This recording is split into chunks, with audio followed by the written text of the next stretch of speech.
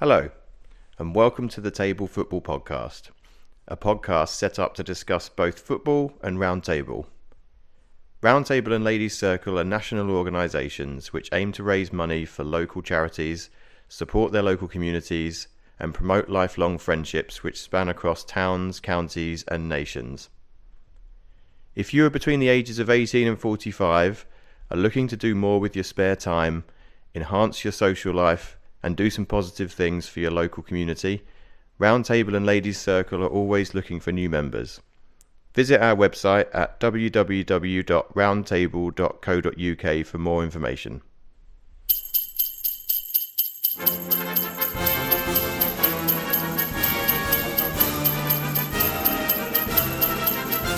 Hello everyone, welcome to the Table Football Podcast episode 3. We're now in December. It feels like time has flown since the last one. Tris is even happier this month than he was last month. Come on to that in a bit. But so welcome everyone. As you can see, we have we have myself, Shepp, and a man that needs no introduction because we've introduced him twice already. Some say he's been on Santa's naughty list all year and is now masquerading as Rudolph on Santa sleigh runs to curry favour, so he actually gets some presents this month. But welcome, Tris. How are you doing, mate? You okay? I hope you enjoyed that. I've been planning that one all day. Yeah, you've been literally working that all day. It's brilliant. You're not far wrong either, to be fair. So we have Tris and also another person who is, as far as I'm aware, isn't on the naughty list. I'm pretty sure you should be on the naughty list for supporting Spurs. But welcome, Mike. Hi, how are you doing? I've got a feeling this one's going to get tasty. That North London derby between you two is pretty much like the episode 1 between me and Ian. It's good to have a bit of spice to these things. Bit of banter, all good. So welcome, guys. How are we all doing? Is everyone Santa slayed out? Are we finished now? Have we still got some to go? No, we tucked our sleigh away today. Yeah, we've still got a couple left. Couple left to do, but pretty much everybody in Peterstown Roundtable has the man flu, so we're all struggling through. 2 more to do. 2 more. Then it's all good. And it's quite a lot, you guys. Do you guys do 19 or something like that? Pretty much, yeah. We do quite a lot. We start at the back end of November and run all the way through to the 23rd of December. It's quite intensive. We've got quite a lot to do. So yeah, just 2 more to go. 2 more, and it's done. Yay. It's a big commitment. That is a lot. How many do you do, Mike? We've done every weekend since the last weekend in November. Right. Ours are a little bit different because we do our main towns. So we do their light switch on. So we're there when that starts. And one of them, we're kind of like the Pied Piper. We lead all the children down the road. But no one thought to try and block the road this year. So there's just all these kids. There's traffic coming the other way. Yeah, I was like, it's great. The town council organised it. And I was like, you'd have thought they would have had someone either end of the road, try and. So, well, big flashing sleigh, they can see us coming. But yeah, so we start off doing that, and then we go off to all the outlying villages, which right. Yep. If you're an elf on the back of the sleigh, it's quite an experience going down these windy back roads at 30 miles an hour, which feels like you're in the Millennium Falcon or something. I literally feel your pain on that one. I really do. Yeah. So, we cover quite a lot of ground. I know we're not population-wise huge. Some of these villages, we turn up, and one village we turn up, and there's like one family we see every year. And that's it. But there's a pub, so. Decision was taken. Decision was taken, and we stop outside the pub. Yeah, we actually cancelled one visit on Saturday night because the landlady of the pub died. So we didn't. Oh, really? Bother going to the. So we didn't even bother going to the village. She's a bit of a legend. Her death actually made the BBC News. Wow. So if you look up the BBC Welsh News, you see her. Her name's Bessie. She was like 93, absolute legend around here. Only served one beer, and that was Bass, and it was served from a jug. It was It's old school. Yeah, it was proper Hills Have Eyes territory sort of thing. But the pub was where we met all the kids. Every time we pulled up, all the kids would come running out of the pub. It was like, so when she died, we couldn't do that anymore. But yeah, it was good fun. So, so we didn't actually introduce. So, Mike, you are Fishguard. Is it just Fishguard or Fishguard and Fishguard and District? Yeah, Fishguard and District round table. Do you guys do anything? So you do Santa Sleigh. Is there anything else you do during the year? Yes, yeah, we're quite busy. So we start off with raft race, which we do in the harbour, which is a big working harbour. It's got Stena Line ship in it and everything. And then we do the Soapbox Derby, which has been going for quite a few years now. And then we do our carnival. So that goes month by month. So it's like June, July, August. Obviously, children need, like everybody else does. Santa Sleigh, which we've only brought back in during lockdown. We did that in 2020. We started doing that again. Our table hadn't done it for about 15 years. But boys needed an excuse to do something during lockdown, and we thought we'd take Santa to everyone, as no one could get to Santa. And then, as I was explaining earlier, we do Christmas hampers, which we did this Saturday, to them out to people in the community. And then, just because somebody came up with the idea and we still do it, we do a duck race on Boxing Day in the river that goes out to sea. So literally the harbour. We do on one of the coldest days of the year. We decide we're going to get into a river, freezing cold water. Yeah.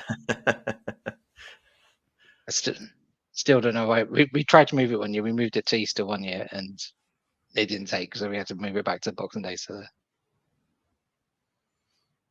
yeah, we're quite busy throughout the year. Is it difficult organising a duck race? Is it quite a relatively simple one to run?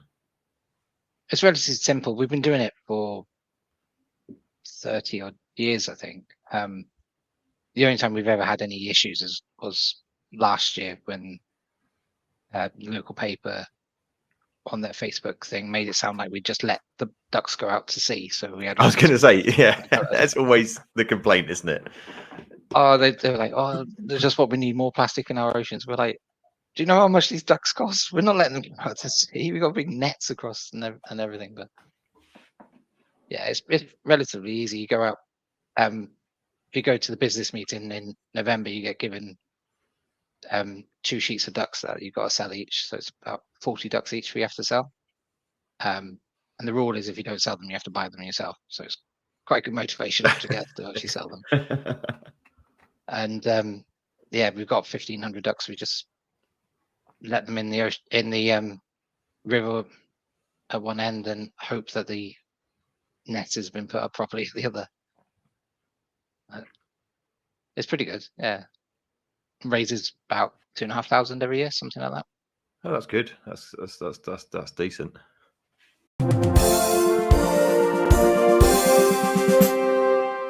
So obviously, for the people on the video, they'll be able to see what we're wearing, but people on audio won't. So we'll need to describe.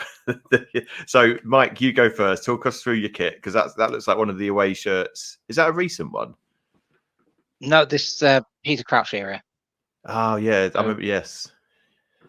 Yeah, so I like this one because I liked it anyway back then. I thought it was quite cool with the little yellow bits and all, but I liked the football back then as well. Nobody had too much expectations of Spurs back then. We weren't getting ribbed for not having a trophy at that time, and it was the Harry Redknapp Yes, era. I was going to say Harry Redknapp and Gareth Bale. Was that when Gareth Bale was with you? Yeah, Modric and yeah, we were playing good football, exciting football. And because Harry Redknapp was in charge, we had the odd random signing that you just didn't know why. But it worked, and we had a bit of Europe and some decent cup runs, and it was good football back then. So I like this one because it reminds me of when Spurs were fun for a while.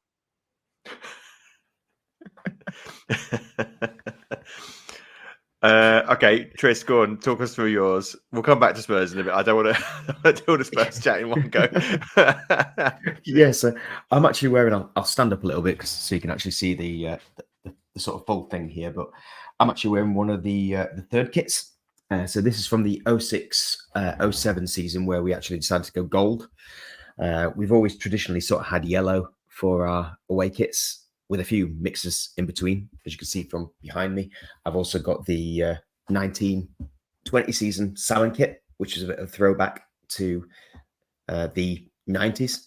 And also got the yellow, which I think is the 13-14 away kit, the Lukaku sort of era, when we actually had Nike for a couple of seasons.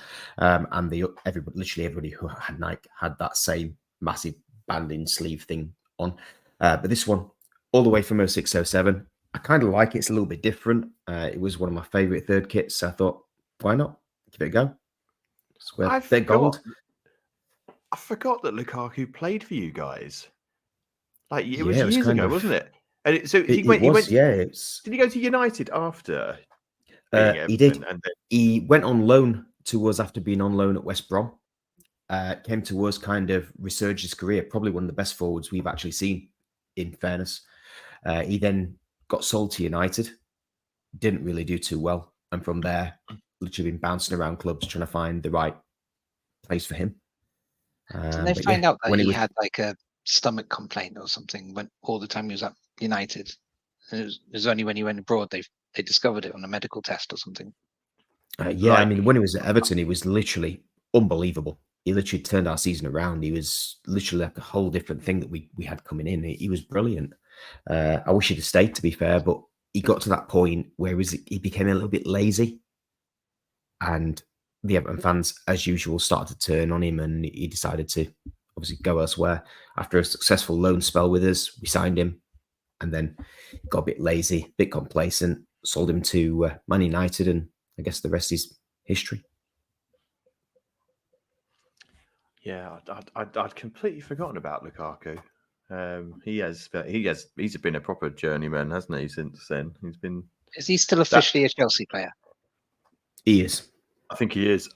Is he at one of the Italian clubs at the moment? Is it AC Milan? Is that? The AC.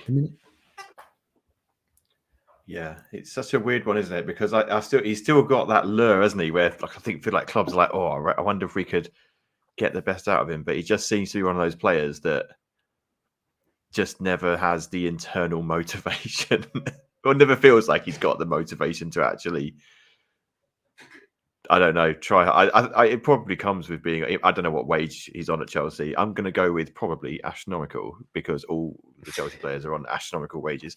Yeah, they bought him for quite a lot as well, didn't they? Was it 85 million they bought him for?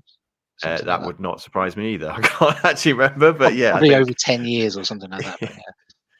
But yeah, marginally better business than the time when United sold Pogba and then bought him back for 90 million or whatever it was.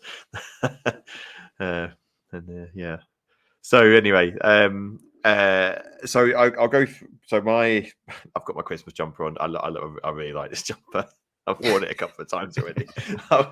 I was more excited than I should have been when this was delivered, because it's sort of pays homage to one of the 90s shirts. I can't remember which one. I want to say like 96 maybe, away kit, when we had a blue away shirt with the zigzag thing, and it's got the legend's name on the back, which is probably going to be reversed on. So yeah, I was more excited about this than I should have been. But anyway, so that's what I'm wearing. But it's worth having a look if you like old kits, old style kits, and you like Christmas jumpers. If you go to, I think I got it on Amazon actually, but it's sold via classicfootballshirts.com, I think was the website. They've got a load of them. There's all of them. It's all the 90s kits. Yeah, have a look. There's probably an Everton one. Just type in classic football shirts, Everton Christmas jumper. I don't know why I'm telling you how to Google. Literally guaranteed this one will have a Christmas jumper for it. Absolutely. Have a look. I think the 90s was a good era for kits, though, wasn't it? So it was. Oh, brilliant. Yeah, definitely. We could do a whole show on 90s. In fact, we could probably do a whole show on just 90s football nostalgia, full stop. Just, the kits, the characters, all of the stuff that went on in the 90s. Yeah. But yeah, anyway, we won't do that today, but that's something to think about.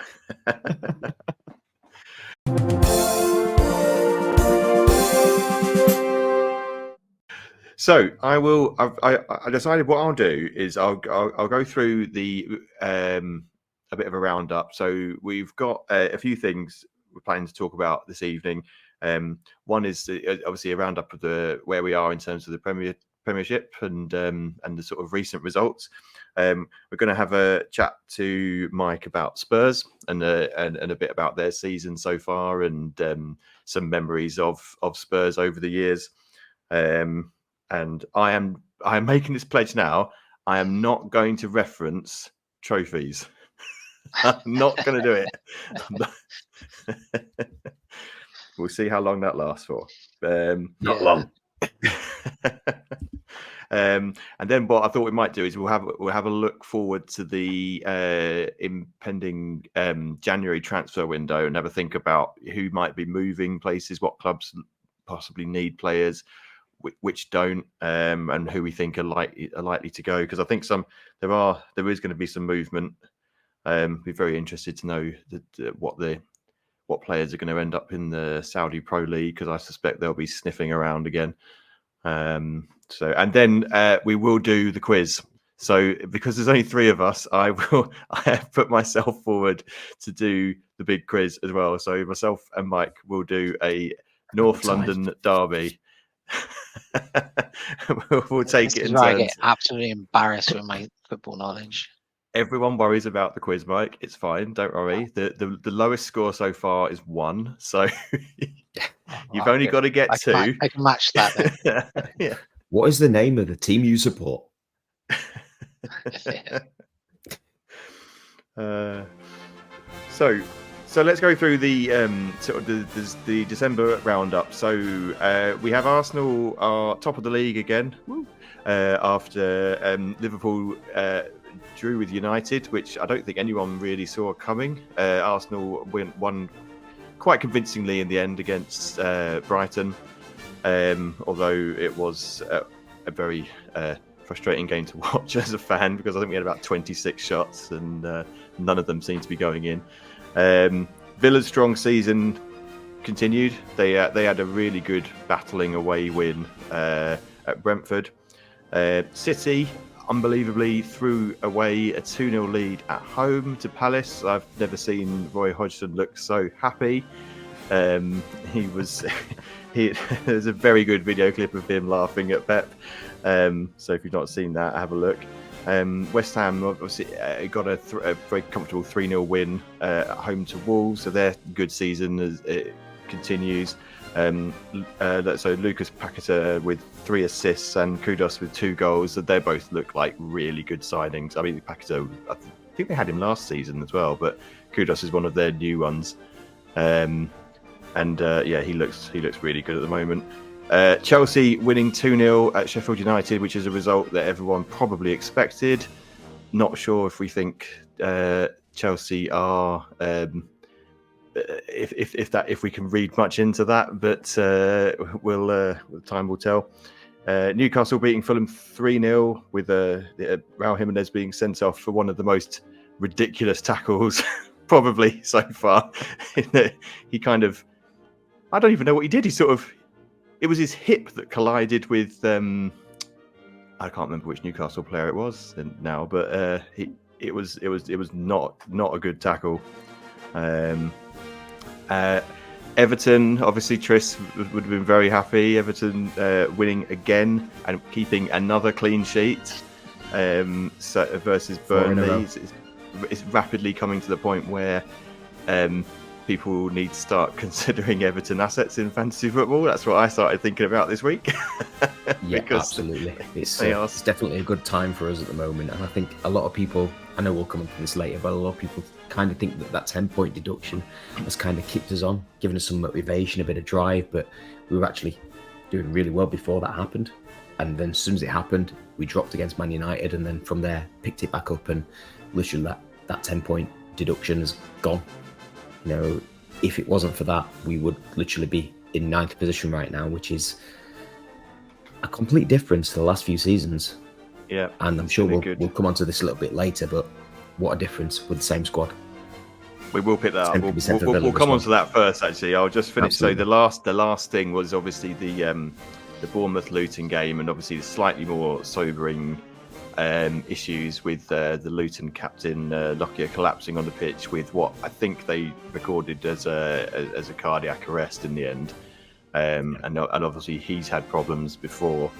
So obviously the thoughts are with him, and I think he's okay now. There was they did put something in the news, I think, about the morning after, basically saying he's still in hospital, as if you know, people that generally have cardiac arrest don't just suddenly discharge themselves from hospital within 12 hours.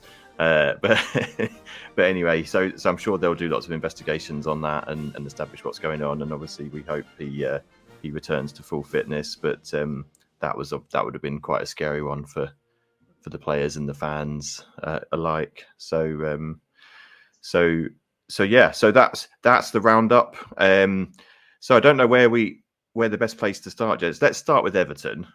Actually, let's start with Everton because we were talking about that a minute ago, Tris, and people may not be aware because we had to edit it out of the last podcast. We did chat about Everton quite a bit in the last podcast, speculating about what the points deduction would be, and then the FA very kindly 12 hours later released the 10-point deduction. So all of the stuff that we'd recorded was then null and void and completely ridiculous and didn't make any sense. So we had to get it, but we had to cut it out. But since then, I mean, and it's been what, 4 weeks, I think. So yeah, literally a month. Yeah. In the time since we recorded the last podcast, Everton have had a 10-point deduction and have wiped that 10-point deduction plus 2, haven't they? So you've actually had 12 points, haven't you, since then? So yeah, what do you? It's best possible response, isn't it? Really? Yeah, I mean, obviously from the sort of the last podcast, I did not see that 10-point deduction coming at all. Far from it. It was not even in my mind or many of the fans' mind. Not only just Evertonians, but also other teams' fans as well. I think with the whole stuff with Man City, 115 charges they have against them, they haven't been dealt with yet. What is madness is Everton got a 10-point deduction for that, completely disproportionate to the charge we actually had. But on top of that, before Man City are actually going to get to have had their charges heard, we are going to have had our appeal heard, which is due in January. So the appeal against the charge, personally, not that bothered. We'll take the 10-point deduction. We're doing pretty well this year. Had it been last year, totally different story. But this year, we've galvanized, we've pulled together. We're doing pretty well. And had we not had that 10-point deduction, we would be up in the top half of the table right now, which I think is testimony to the job Sean Dyche has actually done, which is great. You look like a Sean Dyche team now. Yeah, solid back. It wasn't happening before, was it? He looks. You can see his stamp on that team now, I think. Yeah, I think early in the season we were a little bit, we weren't quite sure what was actually going on quite there. We weren't sure how things were actually going to, sort of pan out with that. We a little bit soft defensively, but I think now he's actually managed to actually get the team firing. There was some nice kind of intimations early in the season where we were creating chances, just not converting them. And we were also a little bit leaky in defence. When aren't Everton leaky in defence, apart from the last 4 games? But, we've actually seen transition to Sean Dyche, which is, for Evertonians, it's really refreshing. how many years has it been since we can actually say, we're actually proud of the team? The team are performing as a whole. They're actually doing well. They're performing really well. Defensively, we're pretty solid. 4 clean sheets in 4 games, which is the first time in many, many seasons. I think it was 2002 we last did that. 4 clean sheets and four wins. Pickford having an absolute stormer. The last game, we had 3 of our defensive lineup taken out of the equation because of suspensions and injuries and stuff like that. Dyche stuck in a 5-man defence. We had 4 people come into the defence. And again, I know it's only Burnley, but we managed to hold a clean sheet again. A Burnley side that had literally whipped Sheffield United only a couple of weeks ago, 5-0. So a massive turnaround in form, a massive turnaround in direction. And I think it's kind of difficult as an Evertonian to actually, believe in the fact that we're actually doing well quite now. We're actually, we've turned a bit of a corner. It's been so many years since we've actually seen that. We've actually galvanized the team. We're performing as a team, as a unit. We're not leaking goals. We're getting goals. We're getting goals first. So yeah, a massive change for us. And to be honest, as an Evertonian, it's kind of hard to sort of say that. Don't get me wrong. Yeah. I'm ecstatic we can say that, but there's always that little doubt in your mind that kind of says, well, yeah, we've been in this before. Is it going to be, back down to the bottom end of the table come the end of the season? That bit of doubt in your mind that says, is this actually real? I mean, let's not beat around the bush. For the past 2 seasons, we've defeated relegation within the last 2 games of the season.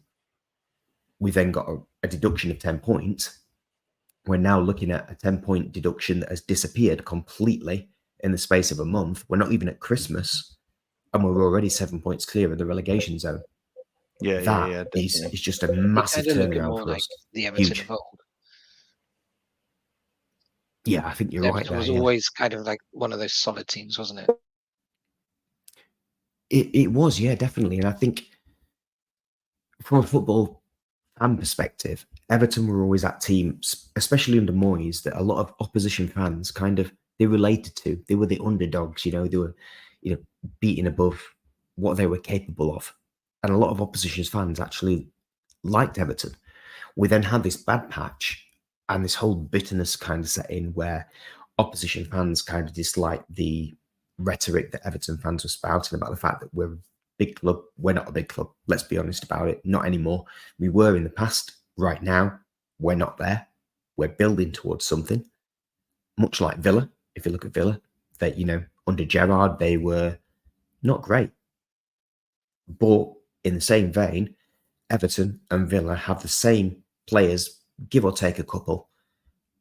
The difference the manager has made is massive. It's a huge difference to what we had before. And Villa, look at where they are at the moment. They are massively contending for European places, probably even, dare we say, title contenders, if they carry on in the way that they're doing. Villa are doing really well. It's up for grabs. I mean, the season's been so inconsistent for all teams. I don't think there's any team that you can say from the start of the season has been consistent. So I think it's up for grabs, and I think teams like Everton, if they get onto a run, they can climb the league quite quickly. Yeah, I'm kind of hoping that we will actually finish in the top half of that table. And I'm hoping on appeal we'll get some of those points deducted. But being realistic, I think even if we don't, I think we'll be okay. Yeah. First time I can say that in a long time. One win and they're back in the top half of the table. It's that close, isn't it? So yeah, it is really, really close. And there's already that gap. I mean, and we spoke about it, Shepp, in the last podcast about how Everton were pushing on. We'd already started to get a gap between the bottom 3, if you like, and that we weren't really relegation contenders anymore.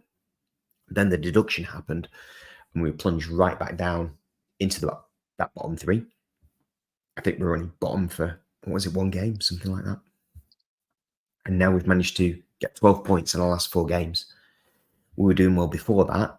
Now we've managed to bridge that gap again, despite that 10-point deduction. As an Evertonian, brilliant. Love it. Yeah, it's been a bit of a roller coaster, hasn't it? I think for you guys. Sorry, apologies there for people watching. If you're watching the video, you probably would have seen a load of nonsense. I suddenly realised my laptop was about to die, and I didn't have it plugged in, which is a bit of a schoolboy error. Don't lie, you needed a wee. I didn't know to run downstairs and get the. Yeah. Anyway, that's all good. It's all fine. We keep rolling. So that's Everton. Obviously, we've spoken about the Bournemouth Luton game. I guess Man City's result was probably a bit of a surprising one. I wasn't when I saw they were 2-0 up. I feel like the City last season would not have thrown away a 2-0 lead like that. I was just saying, all teams are really inconsistent this year. I don't think any fan of any team at the moment is feeling confident when their team's only 2-0 up. I mean, you're seeing shock results all over the place, and you're right. I mean, City, they've lost against the players they had last season. Is it? You say 3 of their main players have gone, 1 due to injury, Kevin De Bruyne, and they just seem like a completely different team this year. Yeah, they are definitely missing De Bruyne, and they're missing. I mean, Haaland. I feel like they can still win games without Haaland. It's that midfield creative. De Bruyne was their engine. I think he was the sort of player that everything went through, wasn't he? And just got them ticking a bit like Ødegaard is for Arsenal and Maddison is for Spurs. It's you miss those creative midfield players when they're not there. Yeah, and I think he brought a bit of stability to the team as well. He's very experienced, isn't he? And he seemed to just settle the team last year. You saw it quite often. Yeah, the ball went through him, but he would hold the ball for a while and just kind of slow the tempo every now and again. Which I think they're missing. That they don't seem to have that player to take control in those situations. I think he was always capable as well of actually, scoring a goal in those big moments as well. And that's something that they've really missed this season. That big player in those big moments actually, meeting that big challenge and actually getting those goals when they need to. What is it now? 1 win out of, what is it? Is it 4, 5? They've had a really rough run. Yeah. Really rough run, which is not synonymous with the champions, aren't they? No. I mean, Spurs are only, people are saying that the Spurs have been awful since the Romero Chelsea incident and everything, and that we've really dropped away. But we're only a win behind Man City. It's with a lot of injuries and suspensions and that kind of thing as well. Yeah, and Man United are only just behind us. I mean, everyone's been slated Man United this year, and a couple of wins, they could be level with Man City. I think this season's is brilliant. As a Spurs fan, we're happy that we're playing football again. But as a football supporter, I think the season is brilliant because it's not a 1-horse race. I mean, was it last season by Christmas? Arsenal were top, but the season before, I think it was all over by Christmas, wasn't it? City were so far in advance. Was that 2 seasons ago? I think. Yeah, possibly. City had which season was the famous 100-point season for them? Probably that one, because they got a ridiculous points tally of one. They ran it close with Liverpool twice, didn't they? But I can't remember which seasons that was. Slippy G. No, this was after Slippy G. But you're right. Yeah. I mean, even Villa being up at third, and they're not a million miles off. I honestly don't think like Man United and Spurs are in the mix for the title, but they're not far off, and I think that's just good for the Premiership as a whole. When Massively.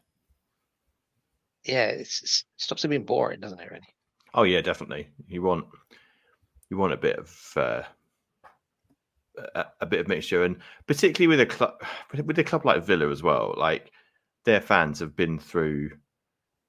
They've been through the mangle, haven't they? I mean, it wasn't that long ago they were relegated, so they've experienced the full gambit of emotions when it comes to being a football fan, and now they're experiencing the highs of being right up the top, and in I mean, Villa could be top at Christmas. It's not unfeasible, because I think if in fact the way it's landed now, if Arsenal and Liverpool draw and Villa win, they go top, and I think possibly, I'm just trying to think I can't remember how far behind. I think we're Villa 2 points behind us and Liverpool 1 point behind. So actually, it's a draw would be the only situation that would happen, I think. But still, I think their fans would have taken that in August. So as a neutral, to see Villa at the top of the table at Christmas, I know obviously Spurs, Arsenal fans, you don't want that to happen, but as a neutral, that's brilliant.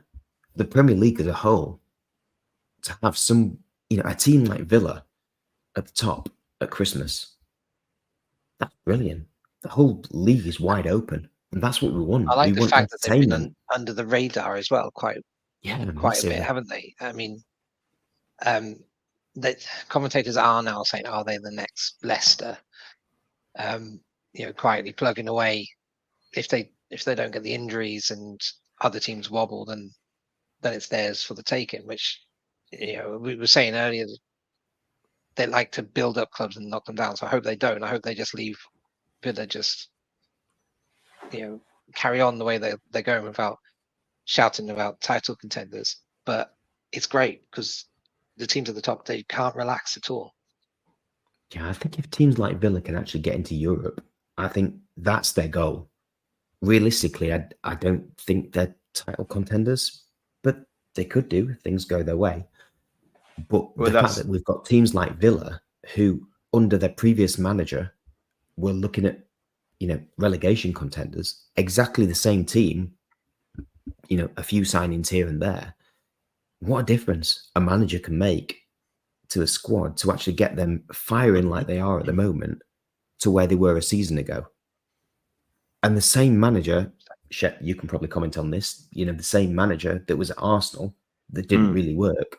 What has gone wrong for him at Arsenal that is going so right with him at Villa? Do you know, I just don't think he was given enough time at Arsenal. And actually, when you look at his record at Arsenal, I mean, there's a lot of fan voices calling for his head at Arsenal when he probably had a bad run towards the end. But he was only there for 18 months, I think. And his actual record wasn't that bad compared to previous seasons. And I think he won an FA Cup as well in his time with Arsenal. So, which theoretically is all Arteta's done so far. Although I will say that the current Arsenal squad is in a completely different league to the squad that Emery had. We're a much better team now. But yeah, he's a great manager. He's a great man manager. He's a really great tactician, and how many times has he won the Europa League? I think he won it twice with Seville and again with someone else. I can't remember who the other club was, but he's multiple European Cup winning pedigree. And I think Villa getting his signature was an absolute coup from whoever recruited him to that project. They've done a brilliant job. So yeah, I don't think his record is tarnished because of the whole Arsenal thing. I think it's just one of those things that it does leave a bit of a bitter taste in Spurs fans' throat, though. Wanting Villa to do well, and it's an ex-Arsenal manager, but you've got to kind of go with the assumption that he's trying to prove them wrong. So, But I just like the way Villa have built. They did splurge quite a bit. Was it 2 seasons ago? They bought quite a few players, but they haven't really been going crazy in the markets in the last couple. And I just like the way that they've slowly built the team, got it stable, and they're just developing as it seems like they're developing as a squad, not just not just results, but the team itself seems very cohesive, and I wouldn't fancy our chances against them. Villa Park is not a place where teams are going to enjoy going to this season. I'm so glad that I know we lost, but it's done. It's in a distance now. We don't have to play them again at Villa Park unless we get them in the cup. But that's not going to be a fun place for people to go. So I mean, we'll see where they end up, but it'll be very interesting. I do wonder whether at some point their squad size will come to bear a little bit with as they get deeper into the Europa Conference League and getting closer to the final, and then playing those midweek games and then having to play the weekend. Come February time, it might start to, and they've got, if they get some, well, I mean, Mike, you can attest to the fact that if you get some critical injuries in your squad to very linchpin players, the performances will start to slide because the backups are never going to be as good. So we'll see. Or stupid red cards, that could do it as well, as we've found out. We'll come on to Romero in a bit because he's the most. I really can't get my head around that man. But anyway, the only downside I've got for Aston Villa is Matty Cash. I think he's. Yeah. Oh, because he, yes. Who is it? He put back in hospital. Was it Bentancur? And he'd only just come back, hadn't he? He'd only just come back from injury. He'd only just come back, but he took out one of our players last season as well. And I mean, as you said, we're going to come on to Romero, and everyone's saying about his challenges, but Matty Cash has actually got quite a high injury record for the players he's tackled, not just Spurs, but across the board. And that seems to go quite under the radar, I think, because Romero is quite vocal and doesn't shy away from it. But you need a player like that in the team, and I think that's why Villa are doing quite well. Is you've got an enforcer like that, but apart from him, I'm quite happy with Villa and where they are. I have just realised that I didn't actually put Spurs down on here, and that wasn't by design. That I think because you guys played on Friday, didn't you? Yeah. So I've not gone back far enough in the blooming fixtures. But you played Forest, didn't you? At home. Was it at home? No, was it Forest? Forest. Am I imagining that? Yeah. I can't remember. So I think so. But it was 2-0 anyway, wasn't it? In the end, I think it was. Yeah, which makes it sound quite one-sided, but it wasn't. So I didn't actually catch it. So was it quite a so Forest away is one of those grounds where, particularly on an evening kickoff as well, it's like as an away team, you just don't want to be there, do you? No, I mean I wasn't actually watching it. I had my daughter's end of year dance recital review thing, which so I just had it on I was getting told off by the wife because I had my phone and the BBC updates ticker tape sort of thing coming up. Both Sky Sports and BBC Open, watch, trying to see all the details coming up. We all do it. Yeah. Yeah. So I didn't even realize that Ndogi had been sent off until like the next day, because I saw it as a yellow and then watched what was going on the stage for a bit. So I completely missed the fact that it had been upgraded to a red. Yeah, so I was happy with the result, but it definitely wasn't. It wasn't a 2-0 game. Looking back at the highlights, it definitely wasn't a 2-0 game. So how do you sort of find that Richarlison is actually building in Spurs now? Because I know early on there was, a bit of resentment from Spurs fans that he wasn't actually, doing that well. He wasn't worth the money that they spent from Everton. Bearing in mind the talisman that it was for Everton when he actually signed, and you had our pants down on the fee that you paid for him. But he's scored a few crucial goals in the last few weeks. Yeah, I mean, when we signed him, I was quite excited by the signing, but Spurs do not have a good track record of high value transfers. I mean, I can't think of one 50 mil plus player that's actually been worth it at Spurs so far.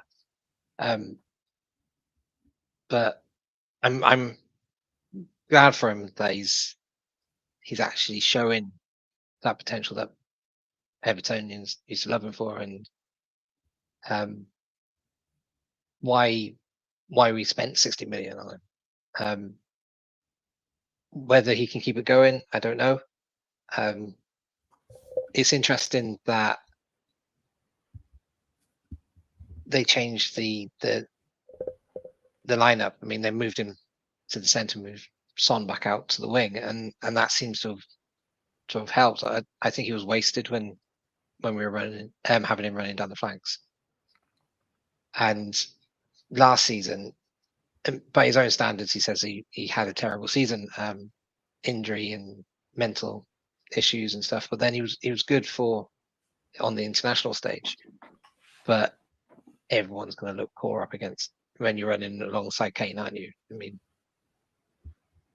so he had that. So I did think, come on, this year will be your year to shine. And he didn't start the season well at all.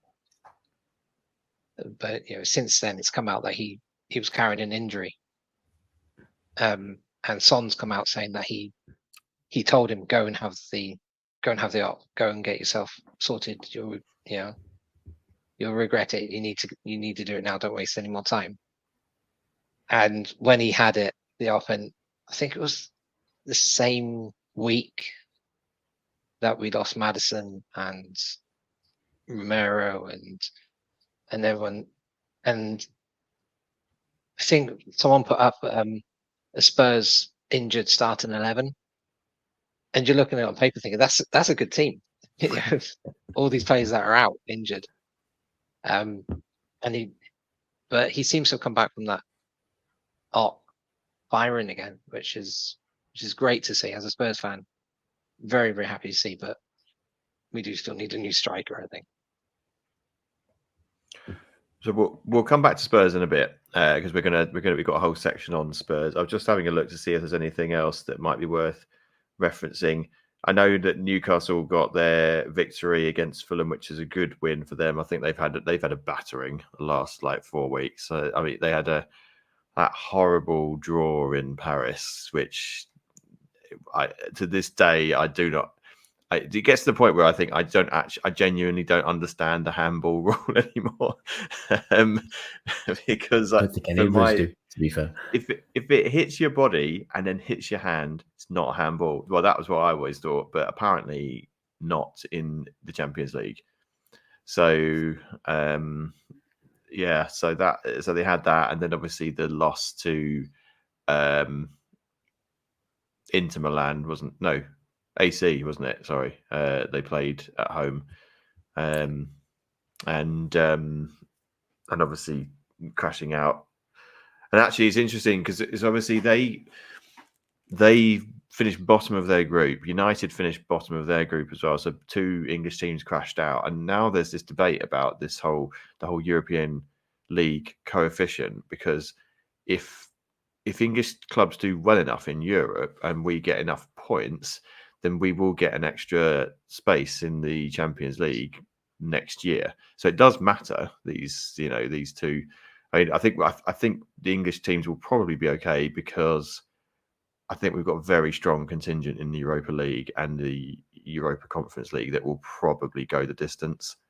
So those two teams, they finished too low to get into the Europa League as well, didn't They they? did, yeah. So they just left European competition. So I think if you finish third, you end up in the Europa League for this season alone. I don't really understand the format of next season because they're changing it completely into like one massive league where not everyone plays. I don't really understand. It's a bit of a mad thing next year.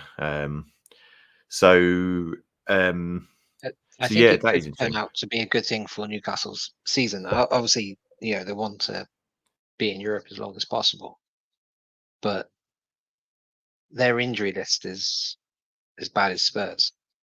So not having that midweek game, I think, could actually be quite good for them because they haven't got the depth to be able to rotate, especially if they've got a Sunday game and then they're in Europe during the week.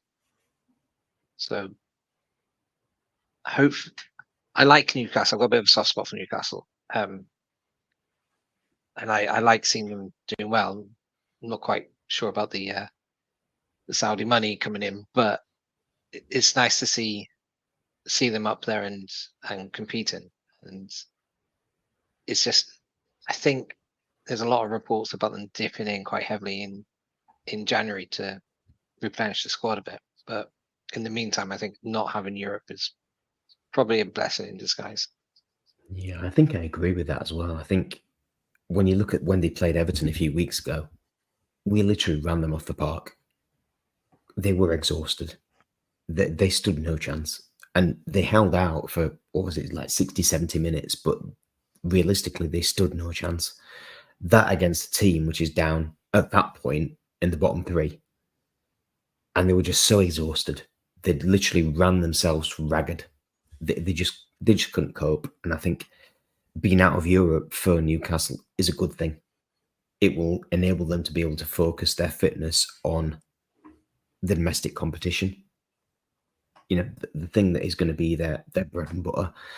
And I'm not a huge fan of Newcastle, I'm not going to lie. Their fans give us a fair bit of ribbon. We give them a fair bit of ribbon. It's always good bantered in most of the sort of situations. But to see them the way that they have been over the last few weeks with so many injuries, so many suspensions, literally bare bones at times. It was a hard watch for a neutral football fan to see a team going through that. And I think, especially given the fact they're in European competition as well, I think being out of that it's that age-old thing, isn't it? That Europe is not always a good thing unless you've got the squad to be able to back that up. And I think Newcastle at this point, they didn't have that squad. No, they say that, don't they, a lot about teams coming up and whether it be the same with Villa this year, that they're pushing for Champions League. Yeah, they're pushing to be in Europe, but whether you get it too soon for a squad, you see that time and time again. I mean, I don't know whether it was too soon for Newcastle or just unlucky timing wise with the amount of injuries. Because you say Everton ran them off the park, Spurs did exactly the same. You just went. It seems to be if you hit Newcastle with energy at the moment. Yeah, they looked really leggy, didn't they, against Spurs? Yeah, they just couldn't cope. I mean, I know they pulled a goal back but by that time we'd subbed off most of our players. The game was over. It was done. It was rest and legs, and they got a goal back, but it didn't look like it. I know it's quite late in the game, but it didn't look like it was a threat at all. You could almost see the Spurs players going, they're not going to do anything. Yeah, I think that was the same against Everton as well. I mean, we only actually got in because Trippier, an England international, made two whoppers of mistakes. Had that not happened, it'd have probably been a 0-0 draw, to be fair. They'd have probably seen that out, but he made two massive errors because he was literally exhausted on his feet. He had nothing else to give. He'd given his all to that club, and he just couldn't do anything other. We've got players up pressure heavily, haven't they? Yeah, massively. And he's recently been injured as well, hasn't he, over the last sort of week or so. they've just got Callum Wilson back and obviously got a good result at the weekend. Back to winning ways.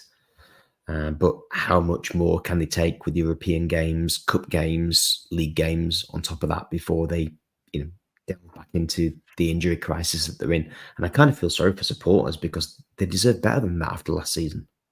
Such a good season, all that hope that they had, it's not quite worked out for them. But such is that for football. I'll move us on in a couple of minutes. The only thing I want to touch on is because we won't reference it after this. Is just looking ahead to next weekend. Obviously, we have Arsenal travelling to Anfield. Predictions. What do you think? Tough game, that one. It's a hard one to guess, isn't it? Before the Liverpool Man United game, I would have said it was going to be like 1-1, 2-2. It was going to be an interesting game, but Arsenal just. I think Arsenal could. It's hurting me saying it. You can hear it in my voice. I think Arsenal could. I can see the blood coming down the nostril. I just think. I know United set up to block. I mean, I've seen the Liverpool fans going, "Oh, they were just parking the bus," but sorry, that's a tactic that teams use. Yeah. Straight. I think it's going to be more open because Arsenal are a faster team, but I just think Arsenal got the edge at the moment. I think it's an interesting one because last season, the Anfield game, we were 2-0 up in that, and then I forget who it was. I think it was Xhaka. I think he tackled Alexander Arnold, and he just got the blood up of the supporters, and then it was one-way traffic for about 60 minutes after that. I think they just battered us, and Ramsdale pulled off 2 ridiculous saves and managed to scrape a draw. But it was it's such a funny old fixture that. But you're right. There's no way Arsenal will go there and park the bus. That they will go for a win. It'd be very interesting because we have got quite good this season at sort of suppressing other teams by just keeping hold of the ball and just playing it in their half. So I can't see them doing that at Anfield, but it'll be. I was shocked. I was shocked this weekend at how good we were against Brighton because I always thought Brighton were quite a good team, like quite expansive. They like to play football, and they just didn't get out of the blocks. They were just from the get-go. Do you think that's another team that suffered because of Europe, though, Brighton? Yeah, definitely, 100%. Well, they played on Thursday as well, so you could tell that their players looked pretty jaded on Sunday. Whereas we had the luxury that our midweek game didn't mean anything. So I think we made like 8 changes for that. So the players were all rested. So that's the difference, isn't it? It's squad size. It's the quality of your backup players, and you need that quality. I think Brighton's quite a fast team. Well, they were last season. Yeah. They were play quick football, and it's not something you can play with tired players. No. So there were a few players that looked quite good. I mean, Mitoma still looked good. He's such a good player, Mitoma. Yeah. So it'll be interesting. We shall see. But anyway, I won't. I hope I'm proved wrong on the result, but I think it's a really tough one to call, that one. As a neutral, I think that's a really tough one to call. It's one of those, you look at it, fantasy football and all, and I can't say anything because I'm literally like bottom of the round table football league because I'm shite at it. I think I'm even 1 point above. I keep forgetting like my players are injured and stuff like that, so I just miss the deadline every week. But I think as a neutral, that one is a really difficult one to call. Really difficult because which Arsenal's going to turn up, which Liverpool's going to turn up, you just don't know. I've made my bed with it. I'm happy either way. If we lose, we lose. We just move on, and we're done with the Anfield fixture. I don't think I'll have either team in my defence for fantasy league this week. Yeah, that's probably wise. They don't tend to be 0-0 draws, Arsenal Liverpool games.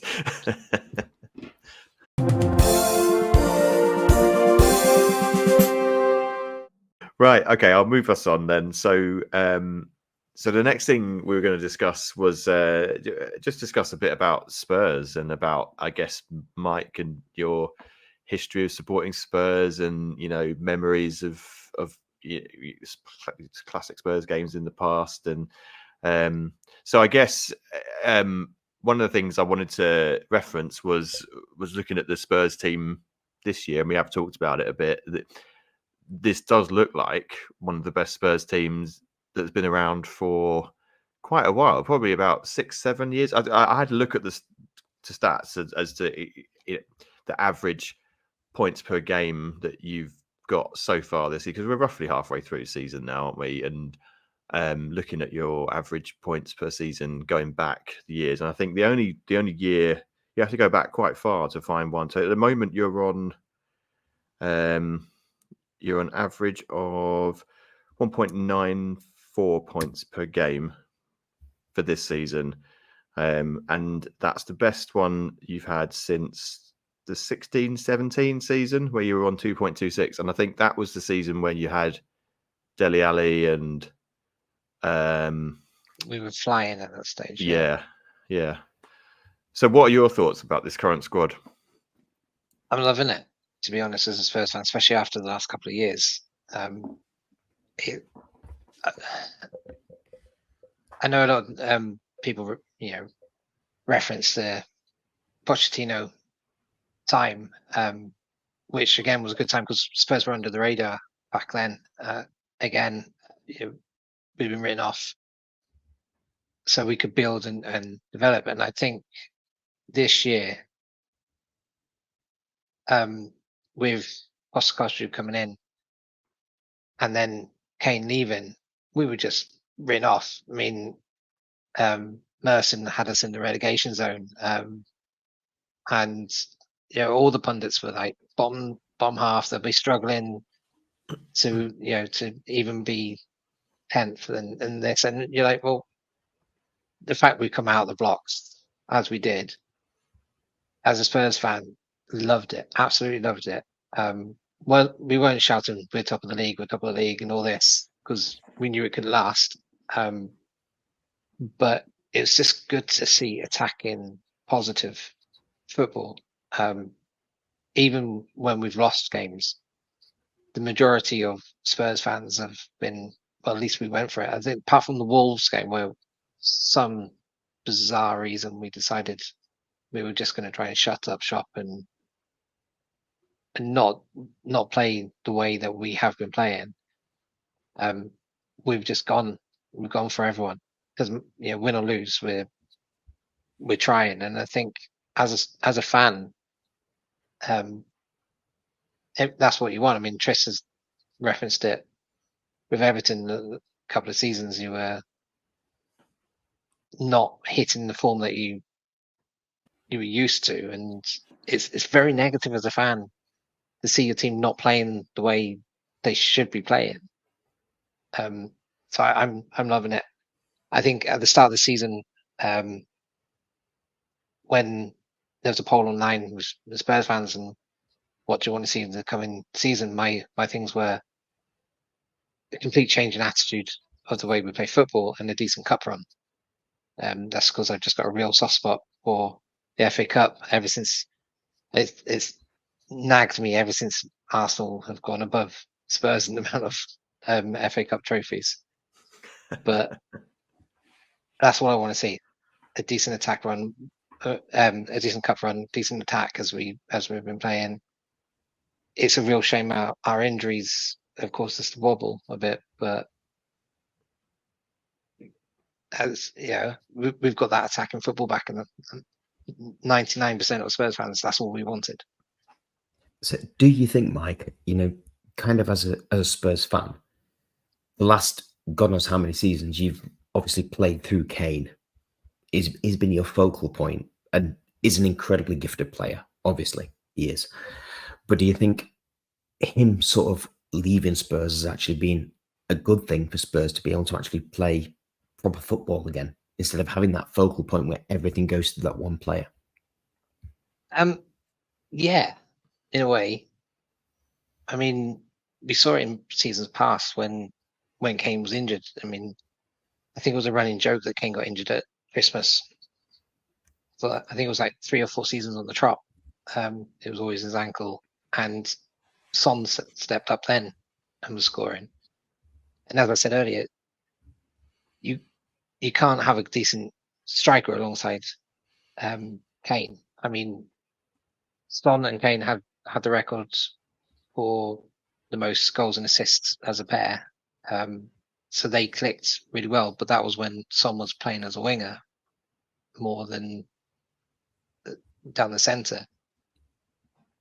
And it towards the end of Kane being with us, I felt very much like towards the end of Bale being with us.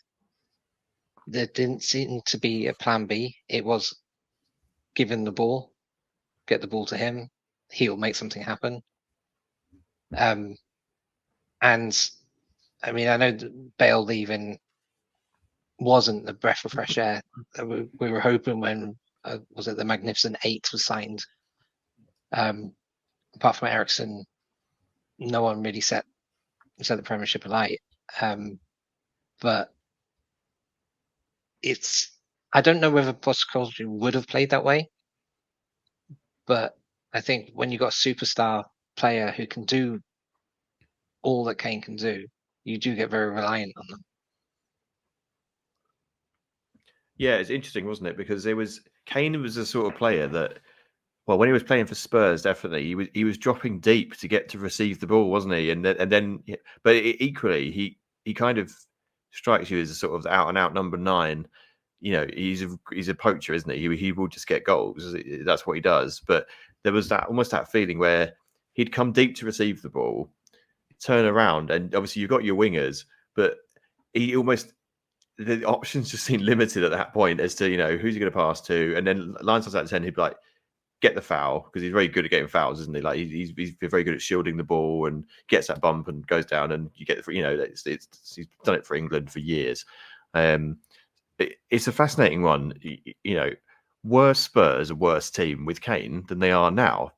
You know, which is mad, because you think he is one of the best strikers in the world. His record in the Bundesliga is outrageous. I think he's scored 20 goals in 14 matches or something, or something along those lines. And it really makes you realise how good a player he was when he was already viewed as one of the best strikers in the world playing for Spurs. And I mean, this is not disrespecting Spurs, you know, but you think, you know, in a different squad, a different team, that, you know, he's in a team now where he is surrounded by extremely talented players who play a very sort of specific kind of football, and it obviously suits him really well. But I think Spurs have done great business. So I do think Daniel Levy has a chip on his shoulder when it comes to selling players. Sometimes he just had to let it go, and, you know, he got, I guess, what he thought was the best deal for the club, and that's fair enough. Yeah, well, they kind of talked themselves into it, hadn't they? So Yeah. they might as well have come out and said, Daniel Levy can bend us over now, because, you know, all the stuff they put out in the press, and they made it known to their fans that they were going to get Kane. And that's the worst thing you can do when you deal with Daniel Levy, is, you know, basically admit he's our number 1 choice. We're going to go all out for him, because Levy's just going to say, keep on adding the zeros. But it's mad, because the thing is,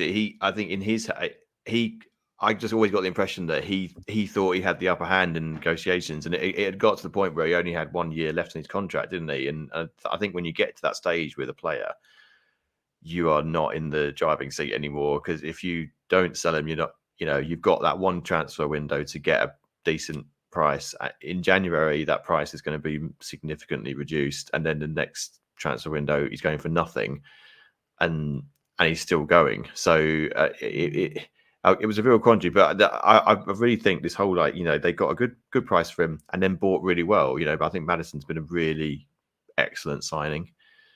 Yeah, I mean, it's come out since that they'd spent the money before they sold him. Yeah. So, but I must admit, I did get excited during pre-season the link up between Maddison and Kane. And Maddison's come out in an interview since and said Kane was happy to stay. Happy to go, happy to stay. He wasn't bothered either way.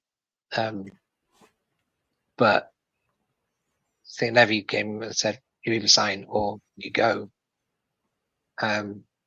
So I wonder what would have happened this season. I mean, we couldn't have had a better start than we did, obviously. But I wonder what it would have been like having Maddison supplying Kane. Because last year he had Kulusevski supplying him from the right. To have a decent playmaker and supplier coming through from midfield, Kane wouldn't have had to have dropped as deep as he always had, and he could have been there poaching so many more. I think. Yeah, that would have been a very interesting lineup, and a very potentially strong. It's just one of those things, isn't it? Is that sometimes you've just. I also think at the end, I just got the impression that he wanted a new challenge.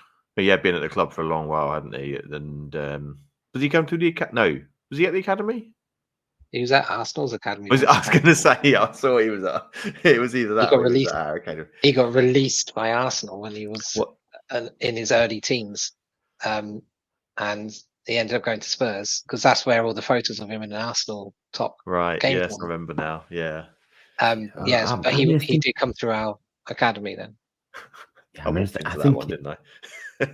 Absolutely. I mean, I think as a player, the quality of Harry Kane, I think you want to win trophies, don't you? At the end of the day, you want to compete in Europe. No disrespect to Spurs, but they've been kind of flirting with the idea for quite a few seasons now. They've never quite got there. And I think trying to keep hold of a player of his caliber is kind of difficult, given the situation that Spurs are in. I mean, I'd, as an Everton fan, I'd really love to explore a Spurs fan's opinion kind of on the whole Dele Alli situation. Obviously, he was an absolute revelation. Brilliant for Spurs. And then it just kind of went downhill for him. Obviously, he kind of dipped in and out, and it just never worked for him. Knowing what we know now, given the recent interview with Gary Neville and stuff like that, I think it's common knowledge that Everton have tried to open negotiations on the renegotiated fee for Dele Alli that we actually had, given his mental issues that he had. And I think no football fan would ever, kind of discourage what he's actually been through. But as a Spurs fan, I'd really love to get your intake sort of on how that sits with the Spurs players, because I know there was a lot of frustration with Dele Alli in terms of how he actually played and how he could go from being absolutely brilliant to being, let's be honest, quite shockingly bad in such a short space of time. Yeah, I mean, at the time, the Spurs fans were complaining that he was trying to overplay everything. He was trying to be too fancy. He wasn't trying hard enough. He just had that defeated look. And there was training ground footage that was coming out, and he just didn't look confused, didn't look like he had a bite. I mean, I remember a lot of comments about, he just wants to play on the computer now, because he got quite into his esports for a little bit. And he doesn't want to put in the effort. He's believed his own hype. When we bought him for 5 million, that was an absolute steal. From MK Dons, and he just burst onto the scene, didn't he? Absolutely burst onto the scene, and he had all the tricks, he had all the skill, but it just seems like it got to a stage where those tricks weren't working anymore, and he couldn't do anything different. I was ready to let him go by the time he left, I must admit. I thought we held on to him for too long. As Shepp's already said about Levy, he does have that habit of holding on to players for too long. And then there was that famous Mourinho Amazon Prime bit, which didn't do him any favors at all, I don't think. And I just feel he was known now. We didn't have the people in place to look after that side of a player's health. It sounds like reports from the players and everything, and you can see the way that Postecoglou, if a player is injured, they're off the pitch. When famously under Mourinho, he was arguing with the medical team all the time. No, he's fine to play. He's fine to play. I mean, there was Son with the broken arm and everything. So it's intriguing. I mean, I don't think the agreed fee is that astonishingly high for him. Is it 20 mil or something like that? Yeah, it's quite low considering, and based on the number of appearances as well, quite low. But given Everton's financial situation, it's taken a long time to get to that appearance level, hasn't it? Yeah, massively. And it did look like a couple of years. Was it last season he was out on loan? Was it last season? And yeah. Was it Besiktas? He was out in Turkey anyway. Yeah, and he was struggling out there as well. And it looked back then. It looked like Spurs had done a cracking bit of deal. And it looked like Everton were going to manage to get rid of him for free.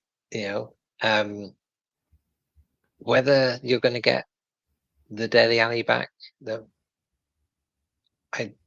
I don't know. I think it's been too long now. I don't think you're ever going to get prime Dele Alli. Whether you get a good squad player out of him is, at the moment, I think it's probably the best you can hope for. No, I kind of agree. I think it's whatever we get out of him is, the best of a bad situation. But I do genuinely think Everton, in his current situation, with everything that he's been through, the difficulties that he's had, I think is probably the right team for him at the right time. Just because of the fan base and the whole way that Everton's set up, the whole mental health side of things is something that is very integral to Everton, particularly at the moment. And I think it's probably the best place for him, to have actually been able to reset himself, have that support.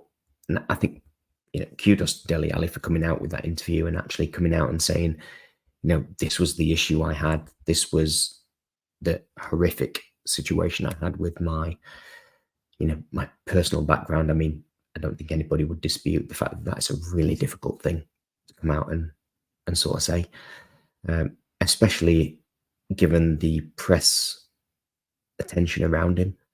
I think from the moment he left Spurs, literally the whole press surrounded him and everything. Even after he'd left Everton and gone to Turkey and tried to reinvent himself there, the press kind of followed him, and it was literally like hounding. And I think from a neutral perspective, they started hounding him after that Amazon thing.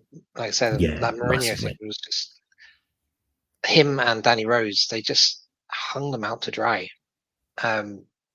which was ridiculous. I mean, that Dele Alli's come out now saying that Mourinho actually apologized to him, but they didn't show that on camera. They portrayed him as a lazy player, which surprised me because from Levy's point of view, that was the worst selling tactic you could possibly do. Have a documentary where you're trying to say that one of your star players is a lazy waste of space, and then you're going to try and sell him. It's like, I really couldn't understand that, and I really didn't like that.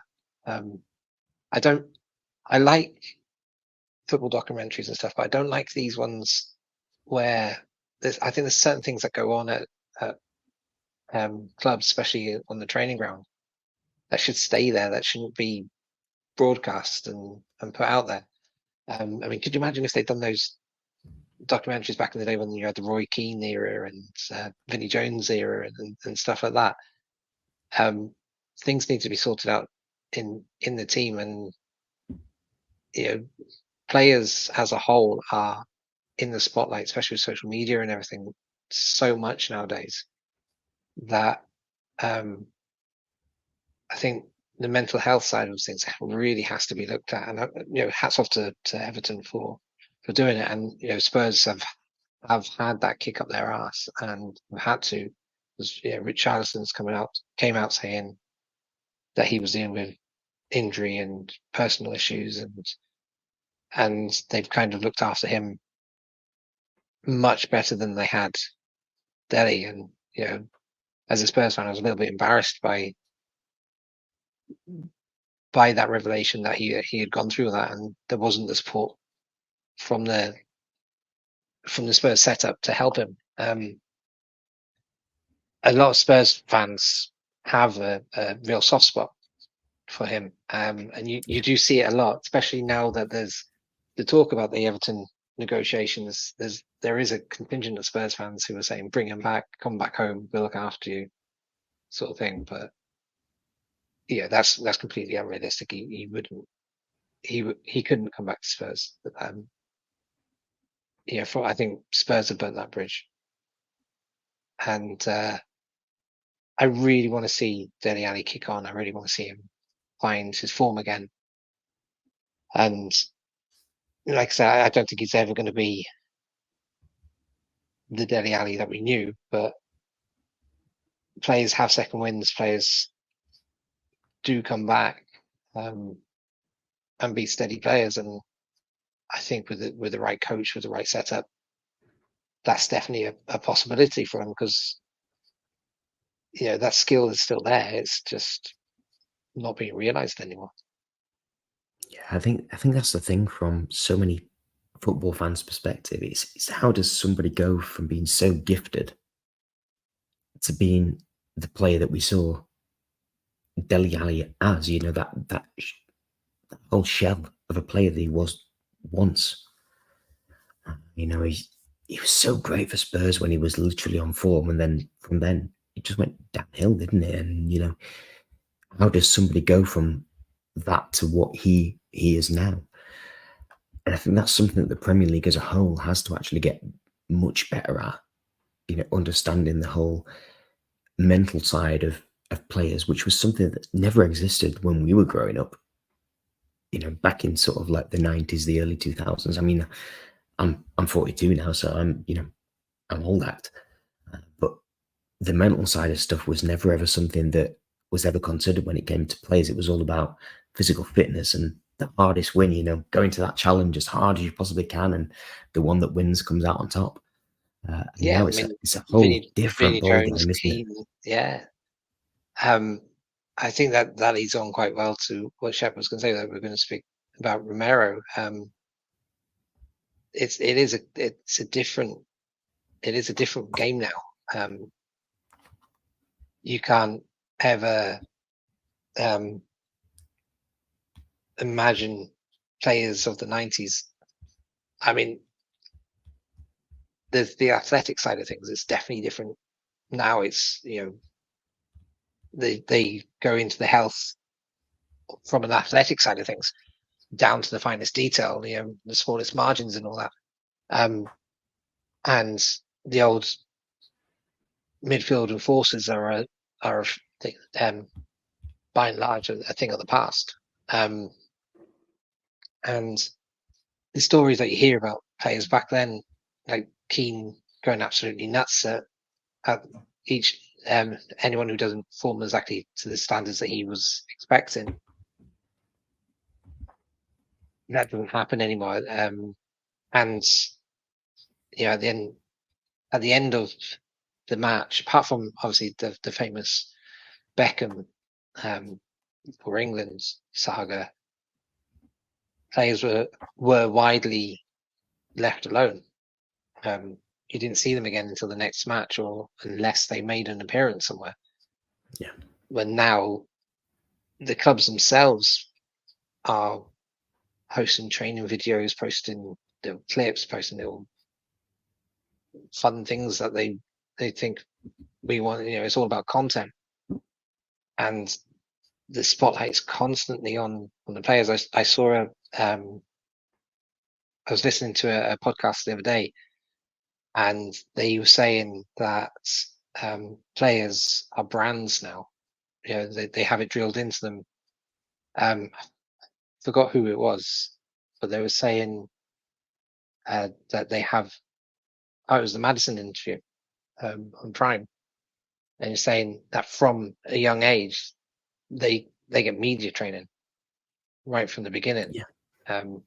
How to speak, how to say this, how to say that, and you know, he said he just says it how it is. He just says, you know, if he's being interviewed, he gives his point of view, not the shying away thing. So I think they have that media training, but the flip side of that is they're almost pressured into being present all the time, and that can't be good for anybody, especially not developing young players, because as soon as you get that little blip, there's no shying away anymore. Yeah, definitely. I think it's a whole different mentality, isn't it, from when we were sort of growing up watching football in the 80s and sort of 90s. And I think definitely in terms of sort of Premier League grounds, just to move it on ever so slightly. So obviously Tottenham Hotspur have an incredible ground. You know, it's one of the best stadiums in the country. From my perspective as an Evertonian, we have obviously a ground which we're not moving into next season. It's been confirmed we're not moving in until the 25-26 season, which great decision in my opinion. We don't want to move into a ground halfway through the season, which I think was Spurs' problem when they were looking at it. It was kind of moved along, wasn't it? Like, Yeah. kind of got moved along a few times. But from a Spurs perspective, best ground in the country, what's your thoughts? Do you know, I haven't been there yet. I was really bad. I used to love White Hart Lane. Been there a few times, but yeah, my friends and family that have been there, and my cousins this season ticket holder, Wolf Stand, like that great big wall of supporters that you get. And there was the Richard Hammond documentary about it as well, but he sat there with a heart monitor on. He wasn't even watching the game. He just had this heart monitor on, and he said that the volume and the atmosphere around it was just spiking his monitor. I mean, the stadium's award winning. And another thing that we got to stick at, the stadium's won more trophies than the team recently. And I heard a ridiculous statistic. It takes they make something like 1 million per home game from food and merchandise sale. And when the NFU came and played there, they sold out the bar, and they made nearly 4 million for that one game, and that's not even on ticket sales. I mean, the city stats like the bar is a mile long. The speed that they can serve beer, they've got their own brewery in there. I think they're going to say stupid, like they've got their own go-kart track in there now and everything. I mean, Daniel Levy, all the criticism that you quite rightly can give him for failure to invest in the squad and failure to follow through at that prime moment, you know, the Champions League final. Business-wise, absolutely outstanding. Getting that stadium to where it is, and the amount of thought that went into making sure it was future-proof. I think it's still going to be one of the top stadiums in years to come. It's just a shame that the on-field Spurs hasn't lived up to the stadium building Spurs. Yeah, I mean, I think you can kind of flip that around and say, you know, you look at the Etihad, you know, let's be honest, it's pretty much half empty most of the time. Man City are playing. I've not been there for a Man City game, but I have been there for concerts and various other things that have been on display there. And it kind of feels a bit soulless, to be honest, compared to, the Tottenham Hotspur Stadium. And I'm kind of hoping that sort of translates into the new Everton Stadium. I don't know if you've been to Goodison Park or not, but it's very much, it's intimidating. It's literally the whole fans are right on the edge of the pits, on the pitch. It's so intimidating from a fans and players perspective, from the opposition side of things. I'm really hoping that they actually manage to get that in there in the new stadium. The blueprints say that they will, as well as the event spaces and everything else that they've got plans for doing, as every modern stadium has. But yeah, I think the goal is to actually live up to that Tottenham Hotspur Stadium, which is, currently that is the best modern stadium in the UK. That is what they're living up to. They've kind of followed the blueprint for that, and that's great. I mean, I can see Shepp has kind of rejoined us there after his little technical difficulty. And we're just I'm not having a good evening. We're talking about the fact that the Tottenham Hotspur Stadium is so much better than the new Highbury, the Emirates. Let's have your thoughts on that. Do you know Libraries? I think that was one of the reasons that he had to put so much focus on the fans when designing the new Tottenham Stadium, was not to have that kind of lifeless stadium. I mean, as I've always mentioned, that the bank, one continuous tier of Spurs fans, and the noise, the acoustics has been built into the stadium, which I think, it's designed for the atmosphere, and things, as long as Everton are thinking along the fans' spectrum. I mean, I can't remember the stat, but the speed that the Tottenham Stadium to be emptied is ridiculous, considering you've got 68,000 fans in there, and the speed that they can all get out onto the road at the end of a match is crazy. Clearly designed by an Arsenal club. Those numbers. So it's next to the docks. They just chuck them into the water. So I mean, if they're building it from a fan perspective like that, I think that's brilliant. I think that's the way to go. I mean, Barcelona again investing heavily in their stadium, which did you ever do the Barcelona tour before they obviously did all this work? So I did get to. I went to the new camp years ago, back in 2004. It was, and it was interesting. They have a pre-season game called the Gamper or something along those, and it's basically the Spanish or Barcelona play whoever the Italian champions are, I think, and they invited Juventus to play, and it was one of Messi's first games, or one of his early games. He was only like 17, I think, when he played, and yeah, it was a ridiculous stadium before. It was a very unique stadium, though. The new camp, it's almost like a coliseum in the way that they built it. They dug it down, didn't they? Did they? Right, yeah. The council told them they weren't allowed to go any higher. So literally, at final whistle, the last game of the season, they started digging the pitch. Within an hour, the pitch was dug, and they went down. So the next tier was actually below ground. So I didn't see a game there, but I went to and did the tour, and you saw all their Champions League stuff, and you got all the history of the government put pressure on Barcelona way back, and all this, and they told you about the stadium building, the way it was, they dug down and everything, and then they took you up to the press box, and it was, if you were scared of heights, stay the hell away, because it was like you're right up the top, looking down at the pitch. Yeah, it's high up, isn't it? It was like top.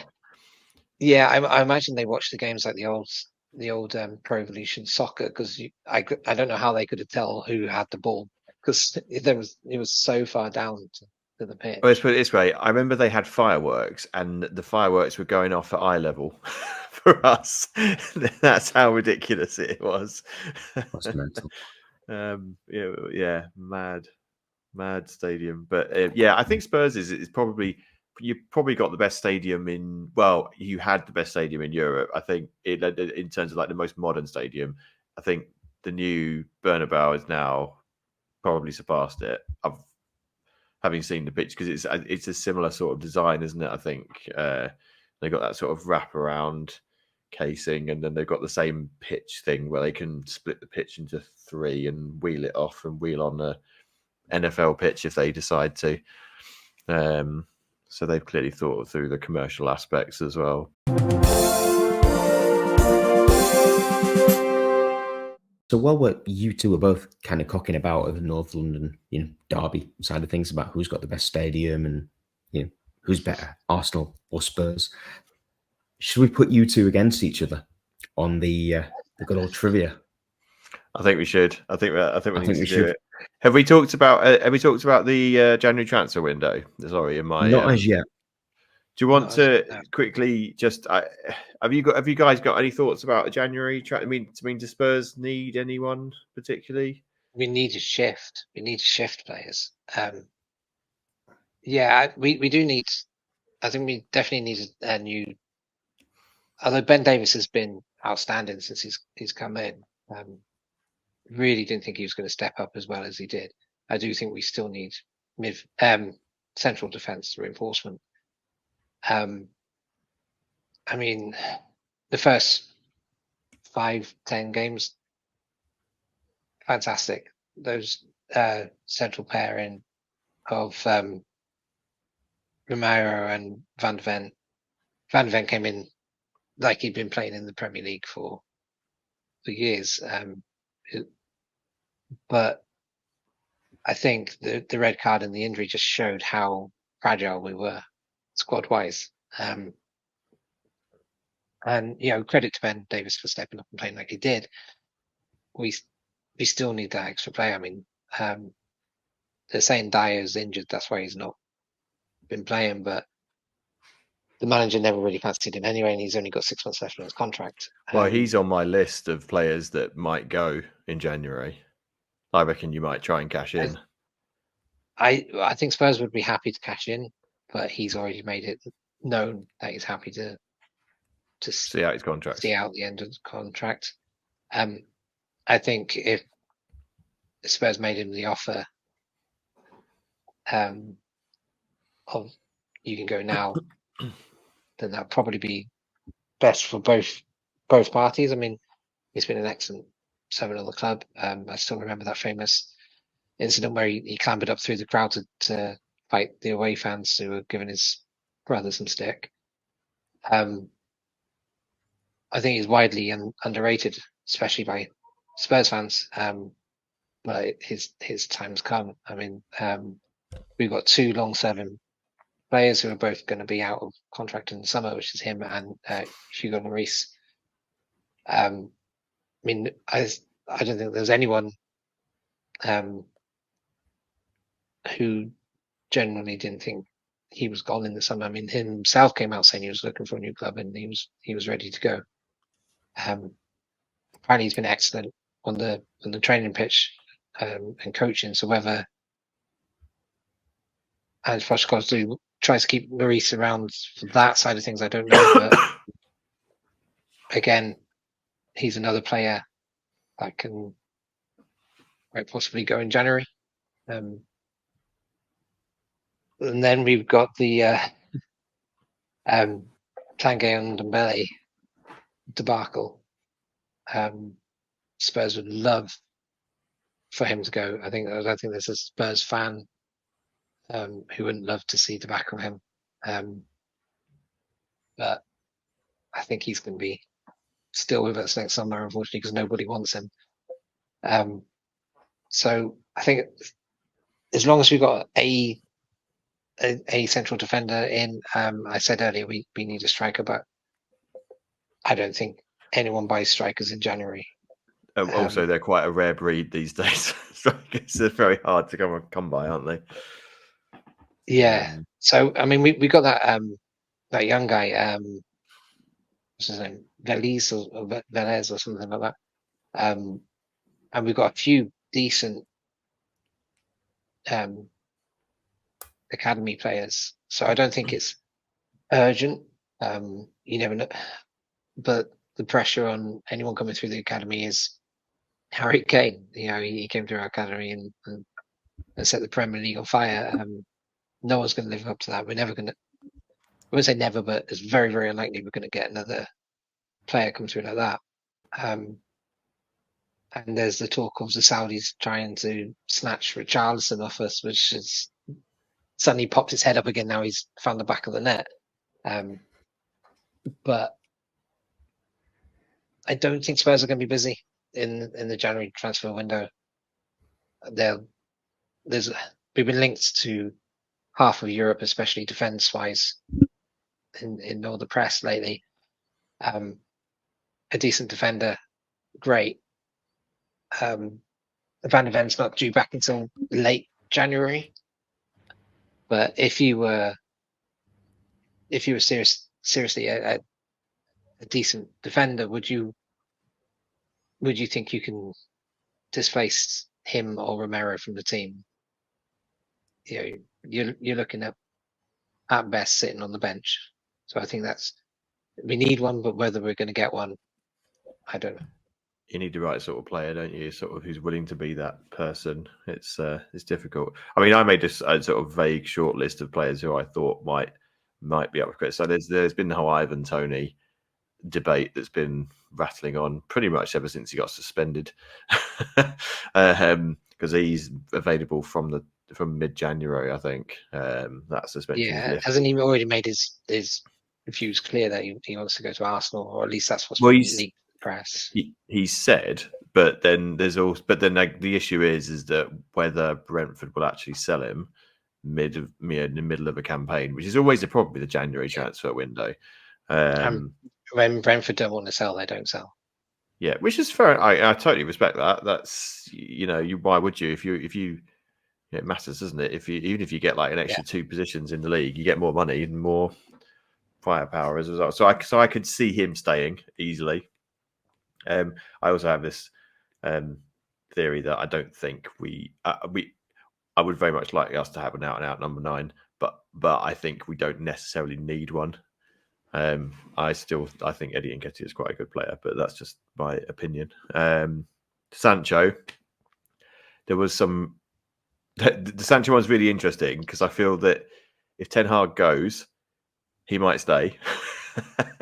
Because it's clearly a rift between the player and the manager. But equally, he's one of those players that I look at and think, you know what? If we get him at a cut price, that would be a great deal because I reckon he's a much better. He's got a lot of years left in him, and with a proper coach, he could be a really good. And plus, he's a right winger as well, so he'd be a very good backup option for Saka. I mean, you wouldn't have to play him every game. Do you think this very public spat with Ten Hag has maybe make some other managers a bit shy away from him a little bit? Possibly, yeah. There might be an attitude thing there. I just don't. I mean, there's probably ways around things like that contractually, isn't there? But I don't know. I just part of me thought that if he's in. Sometimes players move to a different squad, don't they? A different type of management, and they start to. He clearly functioned really well at Dortmund. Never had any issues there. But then he was the man at Dortmund, wasn't he? He was one of him and Bellingham and Haaland were there. That was their attack. So it's a difficult one, but he's an interesting one. There was a question mark still over Aaron Ramsdale. Will Arsenal sell Ramsdale in January? I think it's getting harder and harder to shy away from the question because it's really clear that we're not operating two first-choice goalkeepers. No, that bit of business, I think it confused everyone. I mean, do you know what it is? I think Raya is the goalkeeper that Arteta always wanted. but couldn't get him at the time. But then Ramsdale was such a firm favourite of the fact, and he's the sort of goalkeeper. He's a good goalkeeper, a really good shot stopper. He makes errors, but then, to be honest, the errors that he makes are not they're like distribution errors, which I think goalkeepers nowadays are being put under so much pressure to play as part of this sort of, play it around at the back style. These errors happen, don't they? I mean, keepers' tactics used to be you can punt it downfield and put it in row Z. Get it as far away from the goal as possible. And now they're expected to pick a perfect pass and everything like that. But he was a solid goalkeeper for you, so I never understood the. And arguably, is Raya on loan? He is on loan at the moment for a year with an option to buy after 12 months. So which I think Arsenal are going to trigger. So I think we will end up paying something like 25 million for him or something along those lines. Yeah, I mean, if United hadn't pumped so much into whatever Banana, I think he could have been a good signing going across there. I mean, I wouldn't be surprised if Chelsea didn't come sniffing. I think he's definitely a top 6 goalkeeper. But then look at De Gea. I never thought he would be without a club. When he left United, I thought he's gonna walk into a top team in Europe. I mean, him and Lloris, both of those, they surprised me. I mean, Lloris, I know he's towards the end of his career, and perhaps he was a bit foolish to think he was going to walk in as first choice. But De Gea and Ramsdale, I can't understand why they're not in the top 6 team as first choice. It'll be interesting. It'll be interesting to see what happens. I think he will go. I'll be sad when he goes, but I think he will.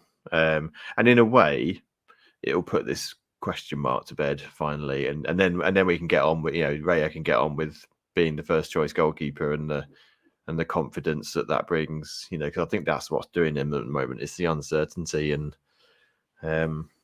we'll see. We will see. A few other notable mentions: Calvin Phillips. Never got a game at City. I've no idea why he's still there after however long. Has he been linked to Juventus now? Possibly, yeah. So again, he was great at Leeds, wasn't he? And then never really completely fitted into the City's system, I think. And I think Pep was sort of fessed up to that, didn't he? And said that actually that transfers on him, and he feels a bit bad that he's brought him in. And he can't do what he's not going to start over Rodri. So it's he's got to go. That's a cert that he's going to go. Yeah. A few rumours of him actually coming to Everton as well, on loan, with a view to potentially buy in the summer. But I can't see that happening. I think it's purely just rumours, speculation. I don't think we've got the funds to be able to do that at the moment. But it'd be nice if it happened. Don't spend money. Spurs are linked to him, but we kind of have a similar setup, to City, the way that we play. So if he doesn't fit in City, I can't see how he'd fit in Spurs as well. I think smart money is probably on Juventus for him now, because that'd be a good transfer for him and a good place to restart his career. Yeah, out of the Premier League spotlight.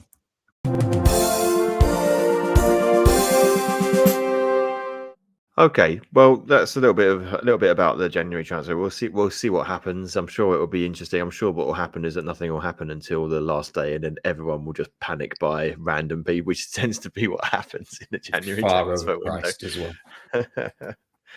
Okay, right, we put it off long enough. Should we do the quiz? I think we have to. I'm going to enjoy this. Let's get me embarrassed. I don't. I'm normally the one that asks the questions. It's not normally me that has to struggle. But what should we do? Do you want to go first, Mike, or do you want me to go first? You can go first. Okay, right. I'll. So, in which case, shall I, Tris? Are you able to time it as well as ask questions, or do you want me to time it? If you could time it, but I think if Mike can time it, that would be even fairer. Actually, that's good. But yeah, are you able to time 90 seconds, Mike? I can do that. Yeah. And just tell Tris when to start and when to stop. And dear God, I hope I get more than one. Shepp's sweating. I really am. He's never been so good throughout the whole of this process. Let's do it. Oh, now it's full screen. Yeah, I'll put myself in the spotlight. Ready? Yeah. Ready. Absolutely. Okay. Go. Okay, so Shepp, what was Arsenal's original name? Woolwich Arsenal. Incorrect. It was actually Dial Square. Oh God. Okay. Question 2. How many major trophies have Arsenal won in total? Oh my God, no idea.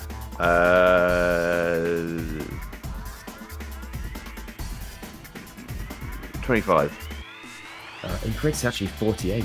You have way more. belief in your side.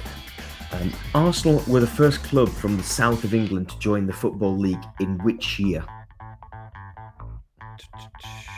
1930.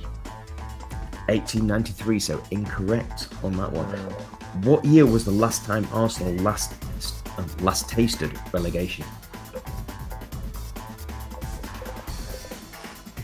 Well, my understanding was that we've never been relegated. So I'm going to go with our answer. We've never been relegated. Just have a guess at a year. All right, it was got to be before that then. So I don't know, 1880. It was actually in 1913, which was their last relegation. Right. Never tasted it since then. How many total games have Arsenal won against Spurs in the North London derby in their entire career? That's 90 seconds. Oh my God! I actually scored 0. Wait, I need to answer this one though, because if I you have started, so you can finish. Let's go with 110. Incorrect. It's actually 86. Oh, that was the right sort of. They were really difficult questions. Apart from the first one, which I really should have known the answer to. That's there we go. That's genuinely embarrassing. Arsenal are actually top of the league, and Shepp is the bottom of the league. So they're actually top and tailing right. Ian's going to be so happy. It's an Arsenal spit roast. Oh, that's so embarrassing. Right. Okay. Well, it's done now, at least. Anyway, Mike might be joining me in a second, so yeah, it's quite possible. Yeah, I'm not feeling very confident at all. I think if you flipped all those to Spurs, I think I would have got 1. Shall I? Right. Are you able to do the timer for 90 seconds?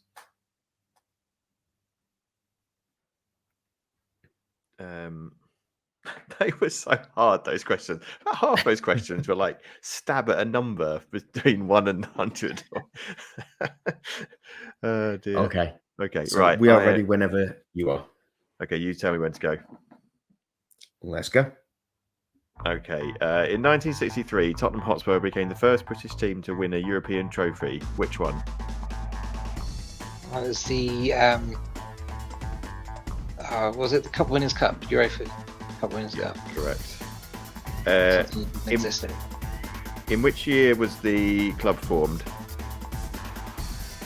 1882. Very good.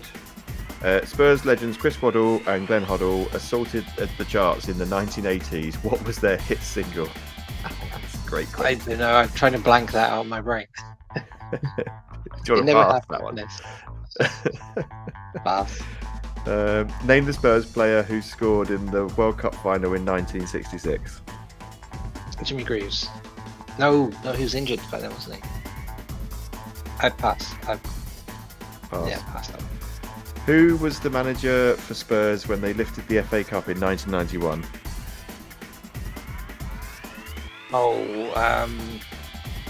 I'm going to kick myself when you give me the answer to that.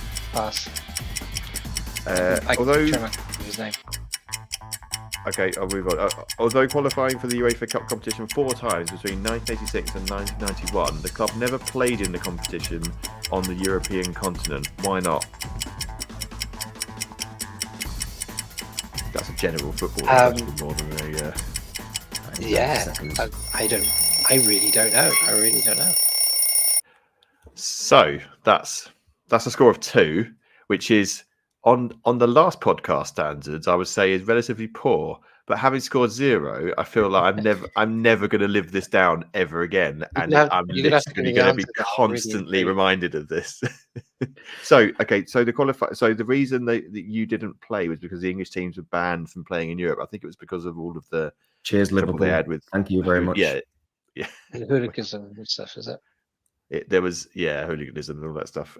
Cheers, Ian. Terry Venables. Thanks, your team. Thank you. Terry Venables was the manager in 1991 who lifted the FA Cup. Yes. The Spurs player who scored in the World Cup final. I mean, there weren't that many players in. Guess from. It was Martin Peters. And the other one, so the Spurs legends Chris Waddle and Glenn Hoddle assaulted the charts in the 1980s. What was their hit single? It was Diamond Lights. And the comment underneath this question is nothing else to say apart from what were they thinking of? Do you remember Paul Gascoigne's song though? Fog on the Time. It doesn't have a song. We'll have to do a separate podcast on that. It's just football songs through the years. I always think of the England ones, but didn't realise they had individual ones. I think it's about like the early 90s that most teams actually had like their own song for like the FA Cup finals and stuff like that. So yeah, did Keegan have one as well? I seem to remember Keegan singing it. I think Venables actually had his own musical career as well. It's quite a good singer by all accounts. Right, somebody needs to make a playlist on Spotify and then put it on the WhatsApp group so we can all listen to these songs. Oh dear. Right, well, thank you very much, gents, for your time this evening, and apologies for the technical difficulties for anyone listening or viewing, and thank you for carrying on the podcast while my laptop rebooted. Make sure that I've got the charger plugged in next time. Thank you everyone for listening. So this is the last episode of the year. We will be back in January for another episode where we're going to potentially be discussing Leeds United and having a discussion about fantasy football, which, as we've already referenced today, none of us are any good at. So some potential top tips coming in the next episode in January. Thank you very much, gents, Tris and Mike, and have a good evening, everyone. Take care. Merry Christmas. Cheers. The dog is coming.